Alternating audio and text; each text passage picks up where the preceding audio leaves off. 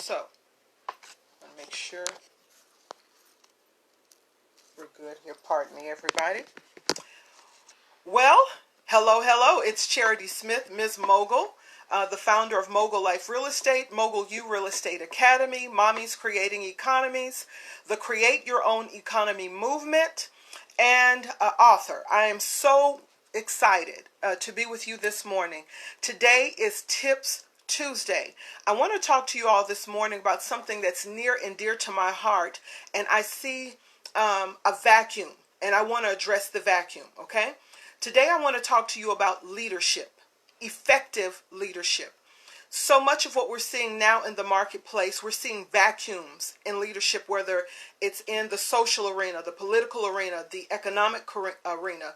We're seeing vacuums of leadership. And so I want to take this time to speak to you, our leaders of today and tomorrow, and really edify and encourage you to start filling those vacuums, to take your place. So, before we begin talking about leadership, I want to, first of all, ask you a question. Who are you? We can assume something about you, but we need for you to define to us who you are. Are you a leader? Are you a manager? I would dare say that the two terms have been interchangeably used, and they are far from being the same.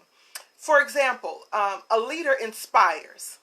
A leader cultivates people, movements, thought patterns, paradigms. A leader births organizations. Managers manage the processes of the leader. Now, while both are very important, they are strategically and fundamentally different. So I'm going to ask you again, who are you? Here is the danger of not being in place. If you are a manager in a leader's position, you're mismanaging the organism. You're mismanaging the organization. If you are a leader in a management position, then you're not giving the best of yourself to the organization. So still it dies. In other words, there's a deficit there. So if we have people who are in positions and they are not aligned with the positions, we have ultimate failure on our hands. So I'm going to ask you again, who are you? Are you a leader? Are you a manager? Dr. Miles Monroe says this. Dr. Miles Monroe said that leaders do not seek followers, but followers are attracted to leaders. I'll say that again. Leaders do not seek followers. Followers are attracted to leaders. You all, we have the opportunity in this environment for the best of us, the most powerful version of ourselves, to emerge. People run away from chaos and they run away from challenge and opposition. But I would dare say that this is the environment where the best of our leadership is cultivated and where the best of our leadership is displayed. So I ask you again, who are you? Think about that as we go through this presentation. A couple of leaders I want to talk to you about. Aliko Dangote, all right? He's a Nigerian billionaire who invests in commodities trades in African countries. Richest black man in the world, single-handedly transformed the continental economy of Africa. That's a leader. Robert F. Smith, another billionaire, richest black man in America, was formerly an executive of Goldman Sachs before starting his private equity firm, Vista Equity, specializing in software companies, assets of $46 billion. He paid for the tuition, and some of you will remember this moment. He paid for the tuition of the entire graduating class of Morehouse College in 2019, completely wiping out their college debt to give them a start in life. That's a leader. Sheryl Sandberg, another leader, COO of Facebook, first woman to serve on the board. She leverages her immense platform advocating for women to move into more strategic positions of power, not just in corporate America, but in boards and etc., various leadership forms. These are leaders. Why? They're responsible not only for the organizations, but they're responsible for the thought of those organizations. They speak to current culture, right? They speak to paradigms. They're moving people from one place to another, whether it's financially, whether it's economically, whether it's in thought leadership, but they're moving people to a higher version of themselves. So I ask you again, are you a manager or are you a leader? Who are you? And I would dare say that if it's taking you more than a nanosecond to answer that question, it's time to redefine and revisit your leadership paradigm. I want you all who will see this to take this note. Write this down. I want this to become your mantra. Leaders leave legacy and leverage. I'll say it. Leaders leave legacy and leverage. When leadership is really performed, when it's embodied, nothing in that environment stays the same. When a leader really emerges, a leader changes environments, changes culture, changes thought, changes how people see themselves, how people even view themselves. A leader has the ability to impact all of that. So I'll ask you again, who have you inspired lately? Jesus was asking his disciples once when he had all of them around a campfire, I like to imagine. And he was training them for the next level of leadership. And he asked the disciples, who do men say that I am? And they started to rattle off all of these names. Some say you're John the Baptist. Some say you're Elias. Some say you're Elijah. But then he asked, who do you, the ones that I'm leading, you say that I am? I'm going to challenge every leader, whether you're working with vendors, whether you have a board, whether you have employees who directly respond to you or are on your downline. I'm going to challenge you to ask them, who do you say that I am? Am I an effective leader to you? And then challenge them to qualify the yes or the no. And here is why you need to hear that. Sometimes we can buy our own hype. We can buy our own definition of ourselves. But you all, the proof is in the pudding. It's when the rubber meets the road. Those who are following you are the best indication of your quality of leadership. I'll say that again. The people following you are the best indicators of your quality of leadership. So if your people are uninspired, perhaps they have an uninspired leader. If your people are unproductive, perhaps they have an unproductive or an unfocused leader. If your people only do enough to get by, perhaps they have a leader who has not sold out to the process of moving the organization and the people forward. So I ask you again, who are you? Because your people are the best indication of your leadership. Going back to the example of Jesus, when he leaves earth, the church is then turned into the hands of the 12 apostles. And to this day, talking about relevance, we're still talking about those leadership lessons. So you tell me how effective was Jesus as a leader. You tell me how effective were his disciples and his apostles, because we're still talking about the relevance of these 12 nomadic people today, over 2,000 years later. So I ask you, who are you? Who have you inspired? Who have you challenged? Have you dared to cultivate those people who are around you? I will tell you this about leadership because I'm a leader. It's not easy. So if you are looking for accolades, and if you are looking for people to laud your name, if you're looking for fans, then you're not a leader, and this position is not for you. I would challenge you to relinquish that to somebody else. Leaders, you all take the hard hits when nobody else does. Had to take off my glasses because I want to connect with you. Leaders have to come up with the tough solutions in crises. Leaders have to put people first. Leaders put the organization first. Leaders put the best interest of their people first. Not necessarily their pockets, not necessarily the bottom line, but how do they get the best out of people in this moment, moving everyone to their next dimension, to their next level. I'll even say this about the characteristics of leaders. Leaders who are focused on what's happening now are a disservice to the position. Now that's a strong statement, so I'll let you sit in that for a minute. Leaders who are only focused on what's happening now in their organizations do their organizations a disservice. Where is your vision, leader? Have you identified other leaders in the ranks? Are you so afraid to develop people that you feel you will become irrelevant? That's the capacity of a manager. A manager is constantly working on a skill set to remain relevant. A leader is the organization. A leader is the voice, the heartbeat, the pulse of the organization. So true leaders cannot be replaced. They can be redefined, but they cannot be replaced. So I will ask you, who are you bringing along in your journey? Right now, we have the opportunity to really hone in on leadership skills in other people. Why? We need genius to show up at the table. Another characteristic of a leader never leads alone. Think about that. A leader never leads alone. Let me qualify that.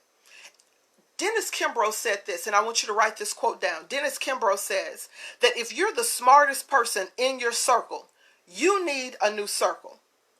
If you're the biggest fish in your pond, you need an ocean. The pond is not where you belong. So if you don't have other geniuses at the table with you, if other voices are not being cultivated, if brilliance isn't happening around you on a weekly, if not a daily basis, it's time to redefine some things. First of all, it's time to redefine how you view your leadership, leader. Because leaders are always looking for the brightest ideas, the next big thing, the next big dimension, the next answer, the next solution. And it would be sheer arrogance and failure on our part to believe that all of that lies within us. While the buck does stop with you, and while the final word stops with you, the creativity, the innovation, the genius does not stop with you. You do not have a monopoly on genius. Write that down. For all of you who may be ego tripping, let me help you. Genius is not something that we have a monopoly on. Everyone who has a breath in their body has the ability and the potential to develop and share their genius with the world. So I'll ask you, leader, are you putting the best people around you? If you have some young whippersnapper around you who's constantly coming up with ideas and they may irritate you, it's time to now think about how you view that person. Are you feeling intimidated because you no longer feel relevant? Or are you honing that leadership, bringing it in to now cultivate it and release it into the organization, breathing new life, new energy, new innovation into your organization? That's the characteristic of leadership. People are blowing up my phone now. Thank you all for your comments, by the way. Another thing I want to share with you. John Wesley said this. John Wesley said, light yourself on fire with passion, and people will come from miles to see you burn. So I'm going to ask you, what are you doing now, leader? What's the next big thing? What's on the horizon for you? Right? What's the next big idea? What's the next strategy? What's the next platform or plateau? It's time now for you to think bigger and think larger than where you are now. This is a quote that I said on my good friend Connie Benjamin's podcast, and I was inspired by my pastors, but I've kind of made it my own. Leaders are thinking about the next decade. All right, I'm leaning in for this one. True leaders are not thinking about the next month right now. We have managers for that. God bless every manager. Not diminishing that position at all, because we need good people who understand how to manage processes and systems and logistics. But if that's all we're doing, then we become stagnant. Leader, what's on the horizon in the next decade? I had a young lady who heard me say that on the podcast, and she said, I'm thinking about what's happening in the next 6 months. I haven't even challenged myself to see what's happening in the next decade. And I would dare say that's where the vast majority of leaders are right now. You all, COVID-19 won't last forever. The current economic condition won't last forever. The current political scheme, God willing, will not last forever. We have to have a strategy for how we move and how we grow and how we define and refine post whatever this is we're going through right now. So leaders are thinking about, where is the answer? How do I now cultivate this moment and now catapult or launch in this moment? Leaders are not afraid of the chaos around us. We see it as an environment to experiment. We see it as an environment now to explore our genius, those ideas that we didn't have the time or the courage or even the necessity to experience or experiment with. Now is the time to do that. So I ask you, leader, what's in the next decade for you? I'll tell you what's in the next decade for me. I'll be at the UN. No doubt about it. I will be a constant fixture speaking to the UN about land ownership, about women and economic power, about the need for girls to have an education past the stem cell area. Yes, we're talking about that now, but you have not heard it from my perspective, right? So that's where I'll be. I'll have a brand very much like Oprah's. I'll have a mogul media brand, no doubt about it. $1 billion in portfolios, real estate holdings globally, no doubt about it. Tracking that right now. But you know what else I'll have? I'll have a legacy, because I will have brought other people, other women, other leaders along the way, and they will have the same thing because they will duplicate the processes that I am setting in place. You all, leaders are trailblazers, right? We go through the thick of it. We make the path. We show people around us what's possible. Write that down if you're a leader. We show what's possible to the people who are around us. So if you're not challenging people, if people are not looking at your life and saying, my God, how is she thinking about that right now? Where in the world did he have time to come up with that right now? If you're not challenging people and their status quo, I would dare say it's time to redefine and revisit your leadership paradigm. A couple of more things I want to share with you, and then we are going to go. Leaders just think differently. We just have a different perspective on everything, on people, on process, on the future. We just have a different way of looking at things. While I'm not dismissing the urgency of our current moment, leaders are thinking about now, how does this become fertilizer for me to grow into the next version of myself or the next definition of myself? You all, this is our time to really become who we are supposed to be. I think it was Dr. James Dentley last night I heard say, in order to do something that you've never done, you must become the person you have never been. I'll say that again because it's worth repeating. In order to do something you've never done, you have to become the person you have never been. Now is not the time for you to take your foot off the gas. Now is not the time for you to settle into status quo. Now is not the time for you to be bogged down with the minutia of every day. Hire people to do the logistics. You need to be focused on vision. You need to be thinking, growing, learning, mastering, redefining, and bringing people along for the journey. This has been your leadership moment with Miss Mogul. I hope you have found value in the tips that I've shared with you.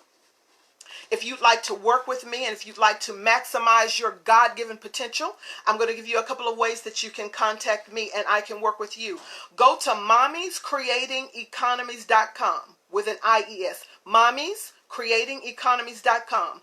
Go over to more, click on contact, and send me an email there, or you can go to the service page and schedule an appointment there. I'm going to also challenge you, opt into the community. If you have not already, text to 26786 MOGULU. I'll give you that again. Text me 26786 to MOGULU, MOGULU, to opt into the community, and we'll contact you there. Go to mommiescreatingeconomies.com. In another day or so, we'll start posting the upcoming classes for MOGULU Real Estate Academy.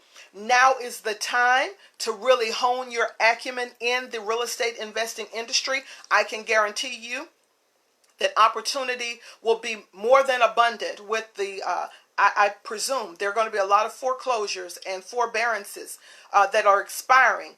And you all, we need to be problem solvers and solution bearers to the market. All right. That's all real estate investing is about. It's about helping people think creatively about how they live and where they live, and you happen to profit from it. I want to show you how to do that. Upcoming classes then.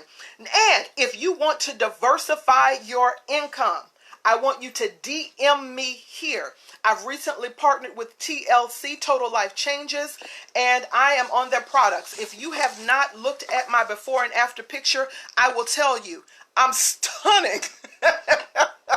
It's a sorry dog that won't wag its own tail. I have lost a tremendous amount of weight, over 2.5 dress sizes, and the weight is still coming off. So I'm not drinking Folgers this morning. I'm drinking my Delgado coffee that is not only helping me to manage my cravings, but also make the inches disappear. I am coming back to my fighting weight. You all, it's really about showing up as the best version of yourself. Maria Simone said this, and I'll close with this quote: money has not left the planet. The money has not left the planet. We just have to rethink how we access it, how we become a conduit for it, and how we move it into our environments. That's all for now. Please support mommyscreatingeconomies.com. If you have not, go and subscribe to the website. Subscribe to the YouTube channel, Chairidee Smith, Ms. Mogul. You'll find me on YouTube there. Follow me on social media, Facebook, Instagram, Twitter, LinkedIn. I'm all over the place. Connect with the community. You all, I can promise you, if you will give me a year, if you will connect with this community, I can guarantee you 12 months from now, you will not be the same person. I can promise you, you'll be better for it. Connect today. Bye-bye for now.